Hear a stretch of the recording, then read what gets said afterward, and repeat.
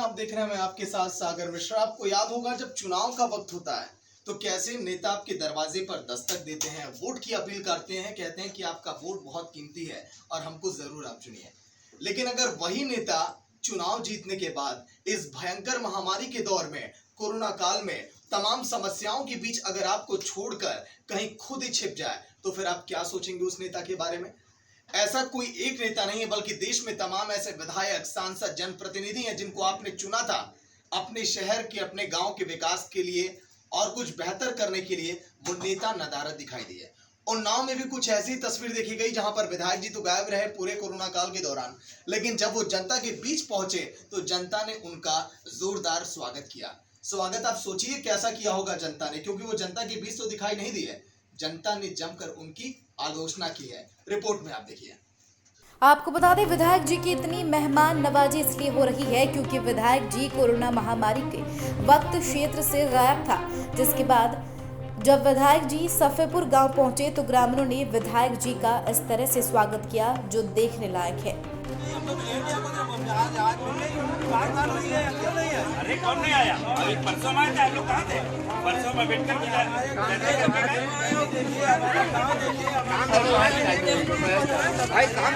वही है इसमें, इसको 2000 की वाले चला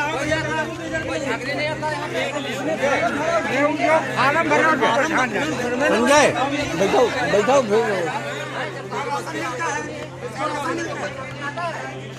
रोड पूरी बड़ी है, बनवा दे दोनों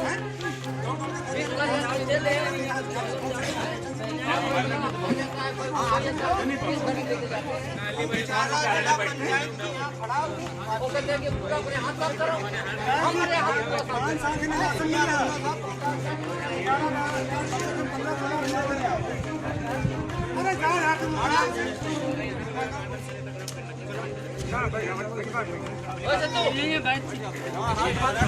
यूपी के सिंभावली से जो खबर निकलकर सामने आई है, छोटे छोटे बच्चों की आपसी कहासुनी हुई और उसके बाद खूनी संघर्ष में किस तरह से तब्दील हो गई। क्या यूं कहा जाए कि अब हम बेहद ही संवेदनशील हो चुके हैं? ऐसी खबर के लिए आप इस रिपोर्ट को देखिएगा और सोचेगा कि आखिर कितनी संवेदनाएं हमारे भीतर बची हैं। यूपी के सिंभावली थाना क्षेत्र के गांव सेना में बच्चों की आपसी कहासुनी हो गई, जिसके बाद घात लगाकर बैठे लोगों ने बच्चों पर जानलेवा हमला कर दिया, जिसमें 2 बच्चे गंभीर रूप से घायल हो गए। मामले की जानकारी देते हुए बच्चों के पिता यूसुफ ने बताया कि दिन में बच्चों की आपसी कहासुनी हो गई थी, जिसको लेकर मामला शांत हो गया था, लेकिन दूसरे पक्ष के लोग बदला लेने के लिए पहले से घात लगाए बैठे थे।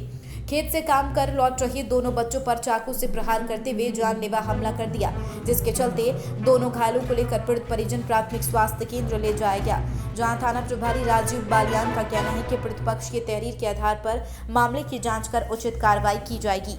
आपको याद होगा कि सीएम योगी ने कई बार ये जिक्र किया है कि यूपी में क्राइम का ग्राफ दिन प्रतिदिन कम होता जा रहा है।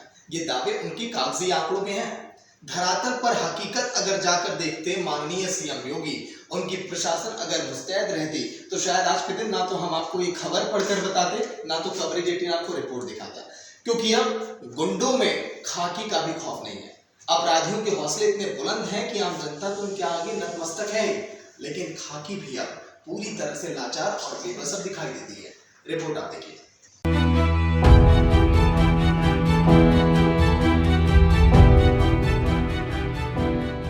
दरअसल लखीमपुर खीरी जिले में कुख्यात अपराधी मिर्ची और उनके साथियों को गिरफ्तार करने गई पुलिस टीम पर बदमाश मिर्ची ने कई राउंड ताबड़तोड़ फायरिंग कर दी। अचानक हुई इस फायरिंग में सब इंस्पेक्टर अशोक कुमार और एक पुलिसकर्मी और 3 ग्रामीण घायल हो गए। बता दें, इस बीच अंधेरे का फायदा उठाकर मिर्ची और उसके साथी मौके से फरार होने में कामयाब हो गए। जानकारी के अनुसार मामला लखीमपुर खीरी के पठानपुरा गाँव का बताया जा रहा है, जहाँ पर मुखबिर की सूचना पर पुलिस कुख्यात अपराधी मिर्ची और उसके साथियों को गिरफ्तार करने गई थी। लॉकडाउन को उत्तर प्रदेश में इसलिए लगाया गया ताकि कोरोना की चैन को तोड़ा जा सके, लेकिन उसके बाद भी मथुरा के हालात कुछ ऐसे नजर आ रहे हैं जहां लॉकडाउन का कोई असर नजर ही नहीं आ रहा है। लोग लॉकडाउन का बखौल उड़ाते हुए नजर आ रहे हैं। तस्वीरें कैसी हैं आप रिपोर्ट में देखिए। एक तरफ सरकार संक्रमण को रोकने के लिए एड़ी चोटी का दम लगा रही है, तो दूसरी ओर कुछ लोगों की ओर से सरकार के लगाए लॉकडाउन का माहौल उड़ाया जा रहा है। ऐसा ही कुछ मथुरा जिले में देखने को मिला, जहां लॉकडाउन का आमजन की ओर से पालन नहीं हो रहा। लोग खुलेआम सड़कों पर घूम रहे हैं। साथ ही मथुरा वृंदावन के व्यापारी भी कुछ कम नहीं है। वो लोग भी लॉकडाउन में अपने मिष्ठान दुकानों को खोलकर जलेबी, कचौड़ी, मिठाई आदि चोरी छुपे बेच रही हैं। ऐसा ही नजारा वृंदावन के चौकी बांके बिहारी क्षेत्र में स्थित हरिकुंज चौराहे में देखने को मिला, जहां भारतीय रेस्टोरेंट के नाम से मशहूर मिठाई की दुकान पर सुबह से नाश्ता बेचा जा रहा है। एक तरफ जहां कोरोना महामारी से लोग जूझ रहे हैं, परेशान हैं, भय में, लेकिन उसके बाद ही जिस तरह से सीएमओ से तस्वीरें निकलकर सामने आ रही हैं, वो चौंका देने वाली हैं, आश्चर्य में डाल देती हैं। उन तस्वीरों को देखिएगा और समझने की ये कोशिश कीजिएगा कि आखिर प्रशासन कितना सतर्क है कोरोना को लेकर और साथ ही अपनी जनता के प्रति जिम्मेदारियों को लेकर। रिपोर्ट में देखिए। नागरिक जहां एक तरफ कोरोना बीमारी से जूझ रही हैं, वहीं दूसरी तरफ सीएमओ कार्यालय में अलग ही तस्वीरें सामने आई हैं। सीएमओ कार्यालय में आई तस्वीर आपको आश्चर्य में डाल देंगी। जहां दवाइयों का भंडार होना चाहिए, वहीं शराब की बोतलें भी कम नहीं है। खाली पड़ी शराब की बोतलें और पव्वे मिलने से सीएमओ कार्यालय में हड़कंप मच गया, जिसके बाद आनन फानन में बोतलों को उठाया गया। कोरोना काल में सामने आई इस बड़ी लापरवाही की तस्वीर कई सवाल पैदा कर रही है, जिसमें सबसे बड़ा सवाल यह है कि क्या सीएमओ कार्यालय में कर्मचारी नशे की हालत में रहकर काम करते हैं? क्या शाम ढलते ही सीएमओ कार्यालय में शुरू हो जाती है शराबियों की महफिल?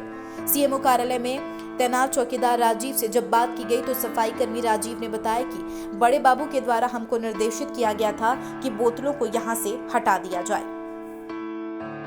पंचायत चुनाव बीत चुके हैं, लेकिन उसके बाद हापुड़ से जो खबर निकलकर सामने आ रही है, पंचायत चुनाव के बैलेट पेपर जंगलों में पड़े हुए पाए गए हैं। पुलिस फोर्स फिलहाल मौके पर पहुंच चुकी है और जांच में भी जुट गई है, लेकिन सवाल ये है कि आखिर ये बैलेट पेपर जंगल में आए कैसे हैं? इसके पीछे की जो खबर है वो आप रिपोर्ट में समझिए। दरअसल बताया जा रहा है जंगल में पड़े मिले सभी बैलेट पेपर चुनाव चिन्ह पर मोहर लगे हुए हैं। बता दें सोशल मीडिया पर खबर लगने के बाद एक्शन में आए अधिकारी काफी संख्या में पुलिस फोर्स के साथ घटनास्थल पर पहुंचकर जांच करने में जुट गए। इस घटना के बाद पूरे इलाके में हड़कंप मच गया और ग्रामीण में तरह तरह की चर्चाएं चल रही हैं। लेकिन देखना यह है कि अधिकारी मौके पर जांच कर क्या कार्रवाई करती। एक तरफ वैश्विक महामारी कोरोना को लेकर सरकार जहां एक के बाद एक आदेश जारी कर रही है, गाइडलाइन जारी कर दी गई है ताकि इस कोरोना की चैन को तोड़ा जा सके, और साथ ही जनता को प्रेरित भी किया जा रहा है ताकि इस कोरोना पर काबू पाया जा सके। लेकिन उसके बाद भी रंगशाला में जिस तरह से भीड़ उमड़ी है, उस भीड़ ने उन सारी गाइडलाइन को, सारी एडवाइजरी को तार तार कर दिया है। तस्वीरों को देखिएगा और फिर खुद समझिएगा। जिस महामारी की वजह से पूरे देश में आपातकाल जैसे हालात उत्पन्न हो गई है और देश की सरकार ही नहीं बल्कि शासन, प्रशासन, पुलिस, डॉक्टर अपनी जान को जोखिम में डालकर संक्रमण को रोकने और संक्रमितों की मदद में लगे हुए हैं, तो वहीं दूसरी ओर बदायूं के रंगशाला में उमड़ी सैकड़ों की भीड़ कोरोना एडवाइजरी को तार तार कर देती है। दरअसल कल उसहैद थाना क्षेत्र के गांव से बारात आई थी कि जिस पर लड़का पक्ष बारात में रंगशाला और नर्तकी भी लाए थे, जिसे देखने के लिए गांव और आसपास के लोगों का हुजूम उमड़ पड़ा। बता दें इस दौरान किसी ने मास्क नहीं लगाया और न ही सोशल डिस्टेंसिंग का पालन किया। मथुरा के महावन पुलिस को एक बड़ी कामयाबी हाथ लगी है, जहां पुलिस के हाथ अवैध रूप से चांदी के रौने हाथ लगे हैं। ऐसे में समझने वाली बात यह होगी कि आखिर पुलिस कोई चांदी के रोनों के पीछे की कहानी क्या बता रही है। आखिर ये चांदी के रोने किसके हैं, कहां से और इनका असली मालिक कौन है? इस सारी बातों को समझने के लिए रिपोर्ट देखिए। दरअसल मथुरा के महावन पुलिस को बड़ी कामयाबी हाथ लगी है। पुलिस को खप्परपुर पुल के पास चेकिंग के दौरान अवैध रूप से चांदी के रौन हाथ लगे हैं। साथ ही पुलिस ने 4 आरोपियों को गिरफ्तार किया। बताया जा रहा है पकड़ा गया माल 58 किलो 280 ग्राम है, जिनकी कीमत लगभग 37 रुपए लाख बताई जा रही है। यह आरोपी घड़ी अमता से सागर एमपी के लिए जा रहे थे। घटना की जानकारी मिलते ही जीएसटी असिस्टेंट कमिश्नर सुरेंद्र मैटी मौके पर पहुंची है।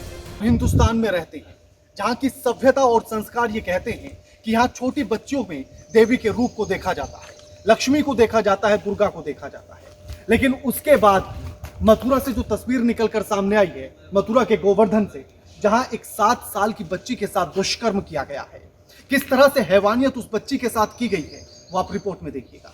दरअसल मंगलवार को राधाकुंड के एक गांव में करीब 18 वर्षीय युवक ने हैवानियत दिखाते हुए पड़ोस में रहने वाले करीब 7 वर्षीय बालिका को टीवी दिखाने के बहाने उस वक्त अपने घर बुलाया जब घर पर कोई नहीं था, जिसका युवक ने पूरा फायदा उठाते हुए बालिका के साथ दुष्कर्म की घटना को अंजाम दिया।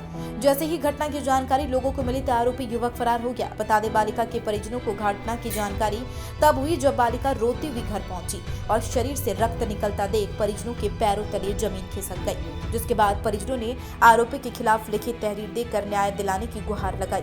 वहीं पुलिस भी घटना की जांच में जुट गई है।